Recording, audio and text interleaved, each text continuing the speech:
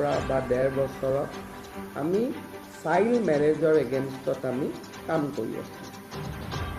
Child মেৰেজৰ সম্পৰ্কত কিছু হাইকোৰ্টে Islamic লৰ ইণ্টাৰপ্ৰিটেশ্যনত মাইনৰ মেৰেজৰ ক্ষেত্ৰত এটা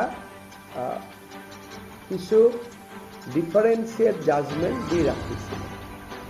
সেইকাৰণে আমি অসমত পস্কো এক্ট আমি আনিবলগীয়া হৈছিলে, যাতে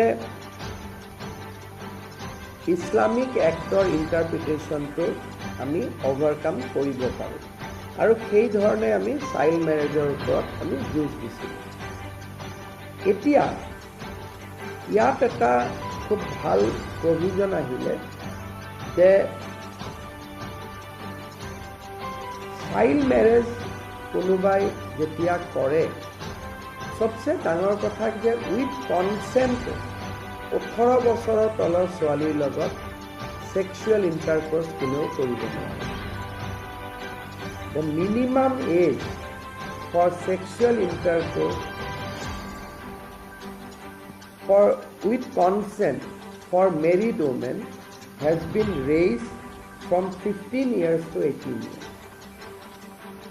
তাৰমানে এতিয়া 18 বছৰৰ তলৰ ছোৱালীক যদি কোনোবাই বিয়া কৰায় আৰু যদি তাত সন্তান থাকে, তেতিয়াহ'লে ছেক্সুৱেল ইণ্টাৰক'ৰ্চ ইজ প্ৰুভ।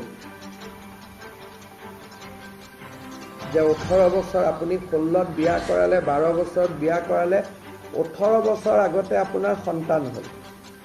তাৰমানে 18 বছৰৰ আগতে আপুনি আপোনাৰ পত্নী হ'লে আপুনি ছেক্সুৱেল ইণ্টাৰক'ৰ্চ কৰিব নোৱাৰে। আৰু যিহেতু ছেক্সুৱেল ইণ্টাৰক'ৰ্চ কৰিছে, this has become a new category of offence under Bharatiya Nyaya সংহিতা।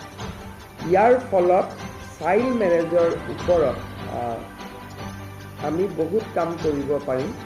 আৰু ন্যায় সংহিতাত কোৱা হৈছে 84 দিনের ভ্যালিডিটি, সেই প্ল্যানটা হয়েছে 479 টাকা। Consensual intercourse is equivalent to rape. অর্থাৎ 16-17 বছৰৰ ছোৱালী উইথ কনসেন্টটো যদি আমি ছেক্সুৱেল ইণ্টাৰক'ৰ্চ কৰোঁ, it will be